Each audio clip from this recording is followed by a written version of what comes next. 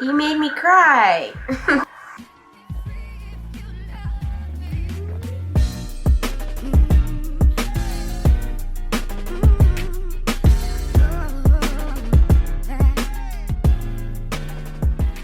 So today I thought it would be kind of fun to do a Q&A, like vlog style.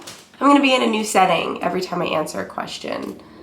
Why am I explaining it this hard? I'm just gonna do a Q&A and I'm gonna live my life at the same time. So it's 10 o'clock, just got out of bed, came back from Hawaii on Monday. Today's Friday. And do I look like I got some color to my skin? I feel like I look more brown than usual. I'm very happy about it. Anyway, it's 11 a.m. Oh, did I say it was 10? It's 11.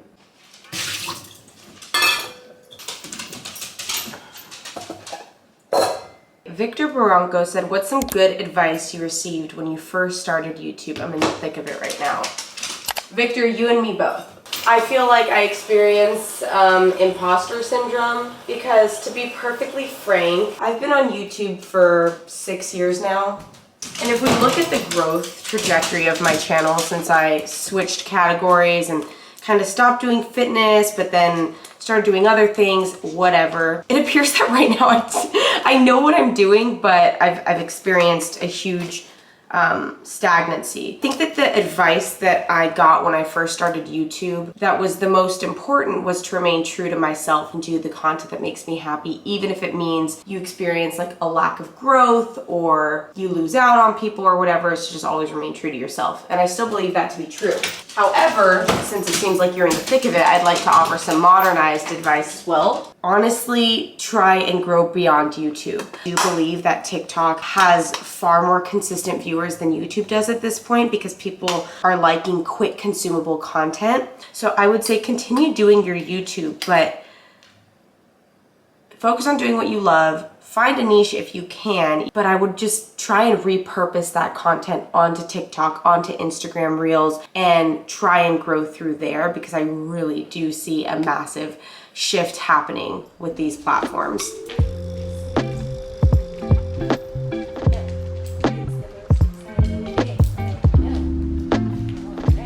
Yes, I absolutely do take my dogs out in my robe.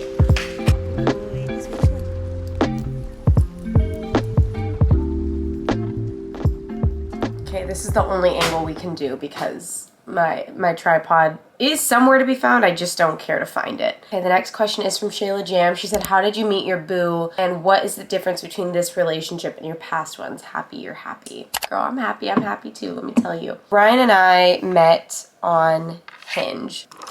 We met on Hinge, and when it comes to how our relationship is different than my other ones, the list is pretty much endless. I've never been so mentally, physically, and sexually attracted to somebody. He knows every single part of me and holds on to it very safely. And he's my best friend. I've just never experienced this type of connection with someone who makes me feel so safe, seen, and heard. And I just didn't think men like that existed anymore. And he's just so gorgeous and he's so talented, he's so smart, he's so funny, he's got so much going for him. When you say, how is it different from all my other relationships, you can't even compare it. Baby, how would you say our relationship is different from your previous relationships? Let me step out. It's completely different. I don't think I've ever had a healthy relationship before. I mean, I've had healthy relationships, but nothing that I ever cared about. Like, not where like I wake up and I'm like, oh, I want to make this person happy, or I want to buy her flowers, or I want to, you know, I can't wait to come home and see her. With you, it's completely different. Like, I trust everything about you. We're super open with each other.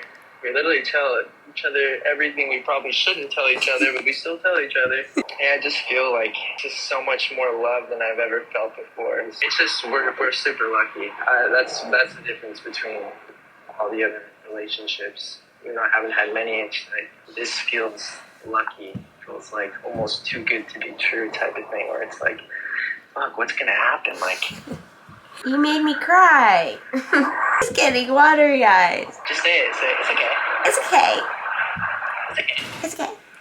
I'm crying, baby. I'm sorry. I don't know if he knew that I was filming or not. I feel like he basically said everything that I just said, and he didn't know that I said what I said. So I'm the luckiest girl in the world. Everyone deserves to feel like they have the best partner in the world.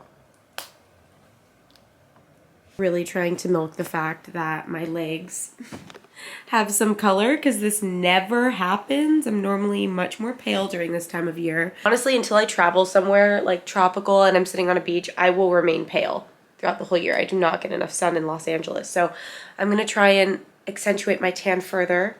Wear some shorts, maybe just like a cute tee, some sandals. I'm gonna wear these Doc Martens that I bought like last summer, I think. They're so cute, and they're like these chunky sandals, and they're so comfortable to walk in. I'm excited to wear them today.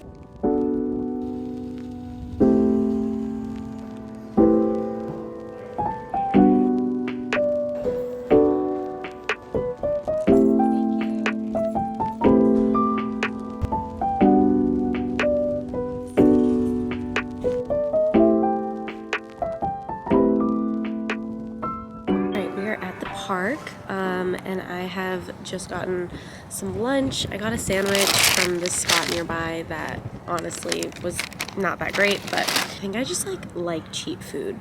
Like, this is like a nice sandwich shop with really good reviews, and I prefer Jersey Mike's. That's concerning to me. But anyway, I'll keep her name anonymous just in case.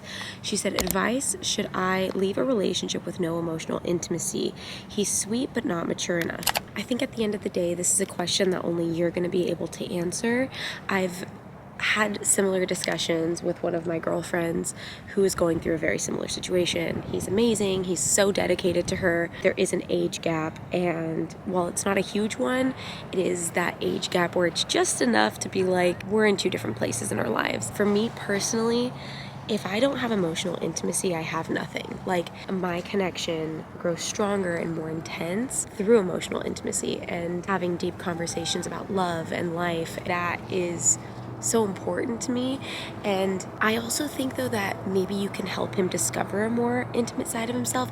So maybe try it and ask some like thought-provoking questions. And if you find yourself getting the ick or cringing out, then that's definitely something for you to think about and consider. At the end of the day, you're gonna know best, but I know that I need emotional intimacy, and I think most women do. I think most men do too. I think it's something that we all crave at some point in our lives.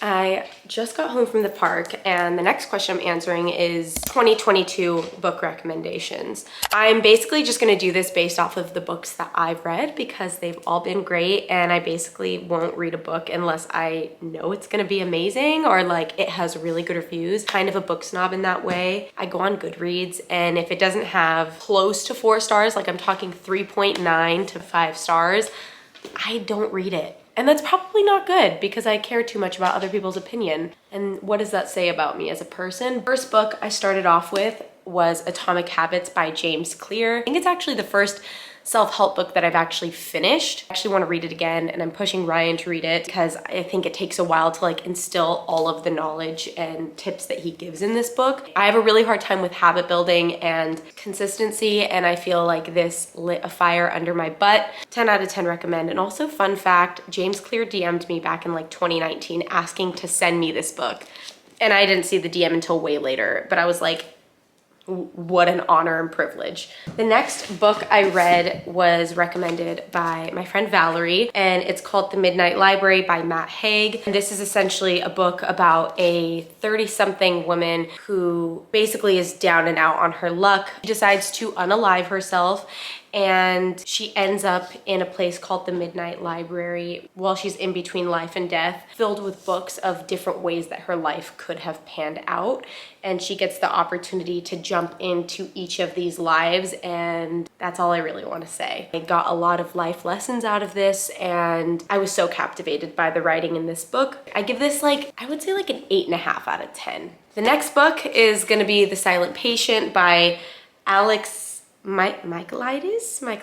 This book was so good. Definitely great. I definitely got like the plot twist that I was hoping to get out of it, but I do feel like it was a bit oversold. Like people were like, oh, it's gonna be insane. And it was, but I was like, okay, like I could kind of see that coming. But I also am like kind of snobby when it comes to plot twists, but still really good book. So this book is about a woman who has like a perfect life, perfect husband, very successful in her career. And one day she shoots her husband 5 times in the face while he's strapped into a chair with like wires around his ankles. And from that day forward, goes completely silent. The court ends up calling it a psychotic break. She ends up in a psych ward and proceeds to never speak again until a therapist becomes very captivated by her story, obsessed with the case and wanting to help her through this and help her speak again and tell her truth and tell her story. Lots and lots of plot twists that come up throughout this story.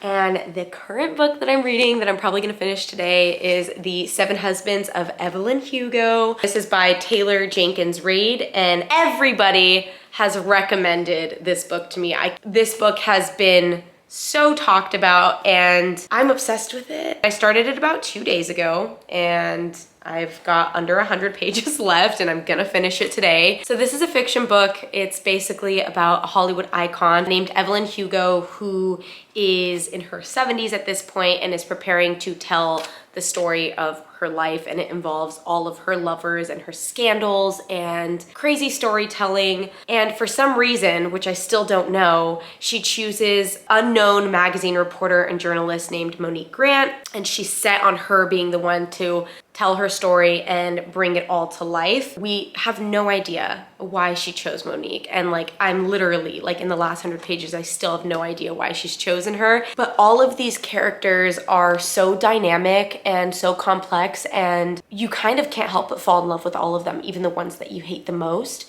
I'm obsessed with her writing. It's witty, it captures your attention, and I can't wait. I cannot wait to get to the ending of this. I am just absolutely in love. Those are the books that I'd recommend for 2022. I only really started reading seriously again probably 3 weeks ago. My goal is to read at least 2 books a month, but I think at this point it's now like a book a week. If you guys have any book recommendations, please share them below. And I also don't really like romance. I don't know, just me, but that's it. Hopefully you guys don't think I'm too much of a book snob.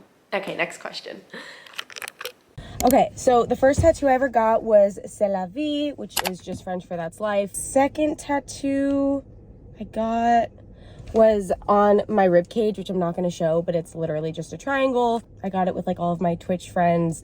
We all got like matching triangle tattoos based off of our astrology sign, and mine is fire because I'm a Leo. I got this one behind my ear next. I always forget about it, and it's just a flower tattoo. I just thought it was cute, and I always wanted a tattoo behind my ear, so I did it. And then I got a lightning bolt right here. Again, there was really no reason for this. Hopefully later in life I won't regret it, and if I do, I'll just laser it off. And then I got, at the same time, got these little butterflies, and these are for my mom. It was like the one tattoo that she told me that she would approve of. I really love it, and it's very special to me. And then the final one is this little lighter.